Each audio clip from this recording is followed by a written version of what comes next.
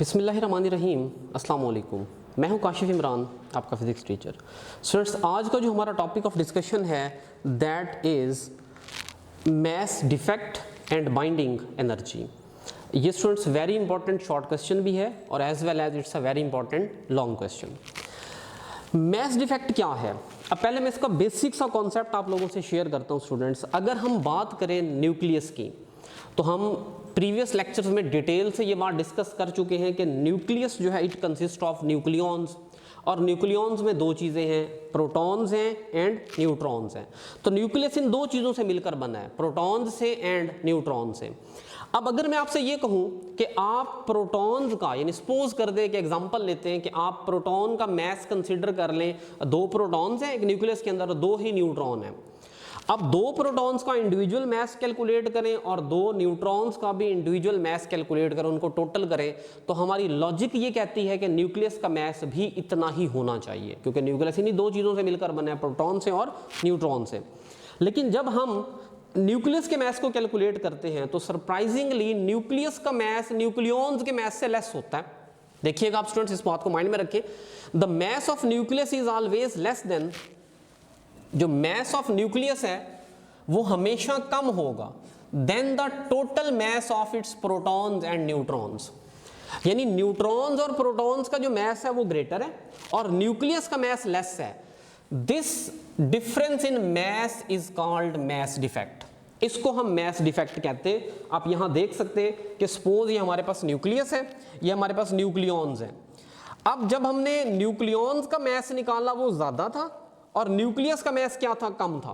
तो आप देख सकते हैं न्यूक्लियॉन्स का मैस ग्रेटर है और न्यूक्लियस का मैस जो है वो स्मॉलर है। अब फर्दर पॉइंट देखिएगा, जो मैस डिफेक्ट है, this difference in the mass is called mass defect. इसको मैस डेफिसिट भी कहा जाता है। अब इसको हम मैथमेटिकली कैसे लिखेंगे?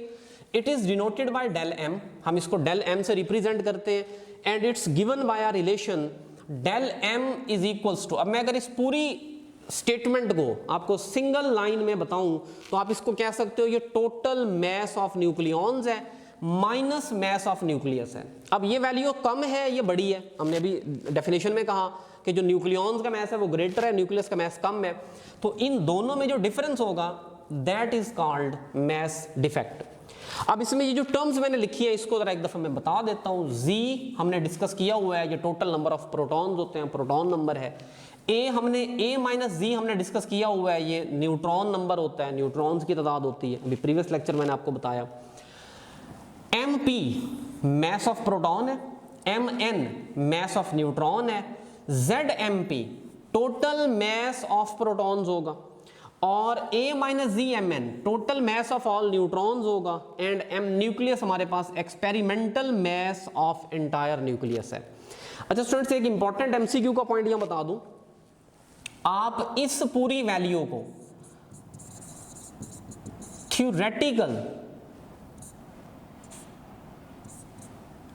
थ्योरेटिकल मैस भी कह सकते हो कि बेसिकली ये जो पूरा मैस है ये थ्योरेटिकल मैस ऑफ न्यूक्लियस है और ये आपके पास एक्सपेरिमेंटल मैस है। तो हमें पता चला हमारे पास experimental mass of nucleus less है और थ्योरेटिकल मैस ऑफ न्यूक्लियस जो है वो ग्रेटर है। इसके बाद हम इसी इक्वेशन को यूं भी लिख सकते हैं, del M is equals to Z M P plus N M minus mass of nucleus. यानी मैंने ए माइनस जी की जगह एन लिख दिया, यानी न्यूट्रॉन नंबर। नेक्स्ट हम बात करते हैं मैस डिफेक्ट पर न्यूक्लियॉन की। मैस डिफेक्ट पर न्यूक्लियॉन क्या है students? Mass defect per nucleon, इसको पैकिंग फ्रैक्शन भी कहते हैं, is obtained by dividing the mass defect by mass number. यानी डेल एम मैस डिफेक्ट को अगर आप मैस नंबर पे ए से डिवाइड करो तो आपके पास मैस डिफेक्ट पर न्यूक्लियॉन आ जाएगा। यानी अगर आप देखें आपके पास ये रिलेशन था, del M is equals to mass of nucleus minus mass of nucleons. इसको भी डिवाइडेड बाय ए कर दिया, इसको भी डिवाइडेड बाय ए कर दिया। अच्छा, इस चीज़ से यहाँ आपने कंफ्यूज नहीं होना कि सर आपने प्रीवियस स्लाइड में जो फार्मूला लिखा है वो mess of nucleons minus mass of nucleus है, बट यहाँ जब आपने लिखा मैस डिफेक्ट पर न्यूक्लियॉन, तो इसमें मैस डिफेक्ट को मैस ऑफ न्यूक्लियस को पहले लिख दिया, मैस ऑफ न्यूक्लियॉन्स को बाद में क्यों लिखा है? उसकी एक सिंपल सी रीज़न है, वो ये है कि जब आप ग्राफ देखेंगे ना मैस डिफेक्ट पर न्यूक्लियॉन्स का, तो वो नेगेटिव है, नेगेटिव में। तो इसलिए हमने सिंपली छोटी वैल्यू को पहले लिख लिया, बड़ी वैल्यू को बाद में लिख लिया। बस आपके पास आंसर वही आएगा बट सिर्फ नेगेटिव में आएगा, क्योंकि आपके पास जो ग्राफ गिवन है बुक में वो नेगेटिव में है, तो इसलिए मैंने इसमें मैस ऑफ न्यूक्लियस को पहले लिखा है, मैस ऑफ न्यूक्लियॉन्स को बाद में लिखा है। अब अगर आप देखें तो ये हमारे पास एक ग्राफ है जो आपकी बुक में गिवन है। इसमें अगर आप देखें जो आयरन है इसमें मैस डिफेक्ट पर न्यूक्लियॉन सबसे ज्यादा है, क्योंकि आपको ये पता होना चाहिए कि नेगेटिव में छोटी वैल्यू बड़ी और बड़ी वैल्यू छोटी होती है। तो ये हमारे पास मैक्सिमम यहाँ पे mess defect per nucleon for iron हमारे पास आता है। इसके बाद हम बात करते हैं बाइंडिंग एनर्जी की।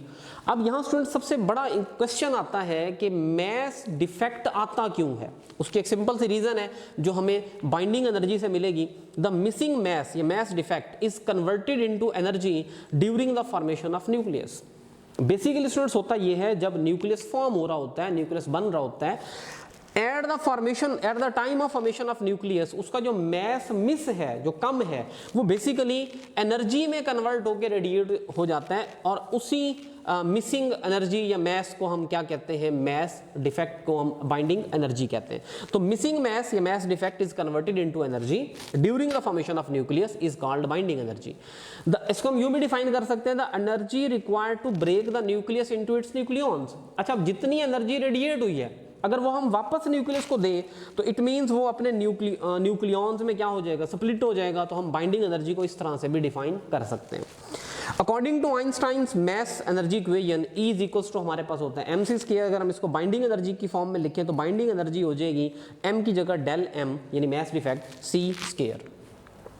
देखिएगा स्टूडेंट्स, डेल m की वैल्यू मैंने प्लेस कर दी जो हमने प्रीवियस पढ़ी है कि mass of nucleon minus mass of nucleus multiply by C square को हर फैक्टर के साथ मल्टीप्लाई कर दें तो ये बाइंडिंग एनर्जी की इक्वेशन बन जाएगी। यानी प्रीवियस इक्वेशन है बट सी स्क्वायर हर फैक्टर के साथ आ जाएगा। नेक्स्ट बात कर लेते हैं बाइंडिंग एनर्जी पर न्यूक्लियॉन की। अगर बाइंडिंग एनर्जी पर न्यूक्लियॉन की बात करें तो इसमें भी वेरी सिंपल, हमने बाइंडिंग एनर्जी को डिवाइडेड बाय मैस नंबर कर देना है। तो हमारे पास BE यानी बाइंडिंग एनर्जी ओवर ए, और ये हमारे पास बाइंडिंग एनर्जी ओवर ए, तो ये हमारे पास सिंपली बाइंडिंग एनर्जी पर न्यूक्लियॉन हो जाएगी। अब यहां पर हम कैलकुलेशन कर लेते हैं mass defect and binding energy of helium की। हमारे पास मैस डिफेक्ट की इक्वेशन है जो हमने यहां भी लिखी हुई है, ये मैस डिफेक्ट की इक्वेशन मैंने यहां लिखी। अब हम इसको हीलियम के लिए अप्लाई कर रहे हैं, तो हीलियम के लिए हमें पता है जो चार्ज नंबर है वो 2 है, तो 2mp प्लस हमारे पास हो जाएगा 4 - 2 यानी 2 न्यूट्रॉन नंबर आ जाएगा, Mn minus mass of helium nucleus. अब यहाँ पे वैल्यूज प्लेस कर दें, mess of proton, mess of neutron, ये मैं आपको प्रीवियस लेक्चर में बता चुका हूँ। इनकी वैल्यूज को प्लेस करें, यहाँ पे सिंप्लीफाई करें तो जो mass defect in helium nuclei आता है हमारे पास वो कितना है 0.03018 U आ जाता है। इसके बाद स्टूडेंट्स अगर हम एक शॉर्ट क्वेश्चन भी है, MCQ का पॉइंट भी है, 1U को देखें तो हमारे पास जो 1U है that is equal to 931 mega electron volt. अब ये वैल्यू हमारे पास कैसे आती है, हम simply E is equals to MC square वाली वैल्यू यूज करें, यहाँ पे मैस हम पुट करते हैं और स्पीड ऑफ लाइट C की वैल्यू पुट करते हैं, तो हमारे पास ये आंसर आ जाता है जूल्स के अंदर। हम इसको इलेक्ट्रॉन वोल्ट में कन्वर्ट करने के लिए डिवाइडेड बाय 1.6 क्रॉस 10⁻⁻19 कर दें तो ये आंसर हमारे पास इलेक्ट्रॉन वोल्ट में कन्वर्ट होगा and that will be 931 mega electron volt. तो यहाँ से हमें पता चला 1U जो है वो 931 मेगा इलेक्ट्रॉन वोल्ट के इक्वल है। अब हमने अभी हीलियम के लिए कैलकुलेट किया था, जो मैस डिफेक्ट था दैट वाज 0.03018 U, और अगर सिमिलरली स्टूडेंट्स हम एनर्जी देखें तो वो अभी हमने फाइंड की है 931 mega electron volt. Binding energy हम दोनों को मैस डिफेक्ट को और इसको मल्टीप्लाई कर देते हैं एनर्जी और मैस डिफेक्ट को, तो हमारे पास जो बाइंडिंग एनर्जी आ जाएगी हीलियम के लिए that is 28.09 mega electron volt. Similarly mass defect per nucleon और बाइंडिंग एनर्जी पर न्यूक्लियन भी हम फाइंड आउट कर सकते हैं, तो ये वैल्यूज भी आपने याद रखनी है। इसके बाद यहाँ पे नेक्स्ट जो ग्राफ डिस्कस किया गया है वो बाइंडिंग एनर्जी पर न्यूक्लियन का है। बाइंडिंग एनर्जी पर न्यूक्लियन के ग्राफ में अगर आप देखें, the following graph the diagram is a graph between binding energy per nucleon and mass number of the different elements. ये बेसिकली मैस नंबर और binding energy per nucleon का graph हमें दिखाया गया है। दिस ग्राफ शोज दैट, अब ये graph हमें बता रहा है binding energy per nucleon increase हो रही है विद द मैस नंबर। अब देख सकते हैं जैसे जैसे मैस नंबर बढ़ रहा है बाइंडिंग एनर्जी पर न्यूक्लियन भी इंक्रीज हो रही है। It reaches its maximum value 8.8 mega electron volt. जो बाइंडिंग एनर्जी पर न्यूक्लियन है वो इंक्रीज होते हुए 8.8 मेगा इलेक्ट्रॉन वोल्ट तक इंक्रीज होती है at mass number 58 mass number तक, यानी आयरन तक। And then it gradually decreases, और देन ये डिक्रीज होना शुरू कर देगी at a value of 7.6 mega electron volt at a mass number of 238, जो कि हमारे पास यूरेनियम के लिए। तो हमें यहाँ से सीखने को मिला इस ग्राफ से कि जो बाइंडिंग एनर्जी है वो ग्रेजुअली पहले इंक्रीज कर रही है, ये अपनी मैक्सिमम वैल्यू पे पहुंची और फिर ग्रेजुअली डिक्रीज कर रही है और 238 पे जाके यूरेनियम में यूरेनियम 238 तक ये 7.6 मेगा इलेक्ट्रॉन वोल्ट तक डिक्रीज हुई है। नेक्स्ट कुछ एमसीक्यूज के पॉइंट्स, इंपॉर्टेंट पॉइंट्स याद रखिएगा। The binding energy per nucleon is maximum for iron. जो बाइंडिंग एनर्जी पर न्यूक्लियन है वो आयरन के लिए क्या है, मैक्सिमम है। And the mass defect for hydrogen is zero. Mass defect hydrogen के लिए जीरो है। और when heavy element breaks into lighter elements, जब हैवी एलिमेंट लाइटर एलिमेंट में ब्रेक होता है और the lighter element are fuse to form heavier element, या लाइटर एलिमेंट फ्यूज होते हैं हैवियर एलिमेंट में कन्वर्ट होने के लिए, then a large amount of energy is obtained. तो हमें लार्ज अमाउंट ऑफ एनर्जी भी रिलीज होती है इन दोनों सिनेरियोज के अंदर। इसके बाद हम कुछ कंक्लूजन्स देख लेते हैं जो अब तक हमने डिस्कशंस की हैं। लास्ट पोर्शन है, हमने डिस्कस किया था कि जो नंबर ऑफ प्रोटॉन्स है उनको हम प्रोटॉन नंबर कहते हैं या हम उसको चार्ज नंबर कहते हैं। फिर हमने डिस्कस किया नंबर ऑफ न्यूट्रॉन्स को हम न्यूट्रॉन नंबर कहते हैं। फिर हमने डिस्कस किया था जो total number of neutrons and protons या न्यूक्लियॉन्स इन न्यूक्लियस, इन्हें हम मैस नंबर कहते हैं। फिर हमने कहा था आइसोटोप्स के केस में कि इसमें सेम एटॉमिक नंबर है, डिफरेंट मैस नंबर है। फिर हमने बात की थी आइसोबार्स की, हमने कहा था ये आइसोटोप्स का उलट है, इसमें सेम मैस नंबर है, डिफरेंट एटॉमिक नंबर है। फिर हमने बात की थी आइसोटोन्स की, हमने कहा इसमें न्यूट्रॉन्स की तादाद सेम है।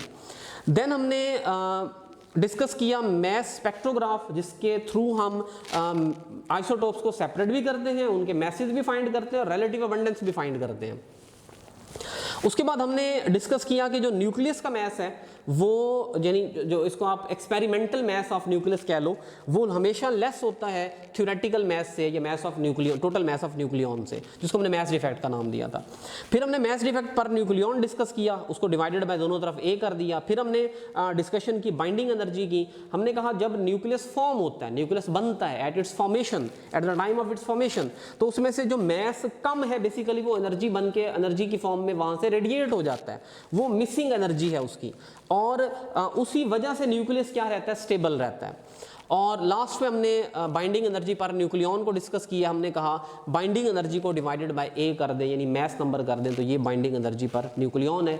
होप्स स्टूडेंट्स यहाँ तक आपको लेक्चर अच्छे से समझ आ गया होगा। आपसे मुलाकात होगी इंशाल्लाह नेक्स्ट लेक्चर में, तब तक के लिए अल्लाह हाफिज़।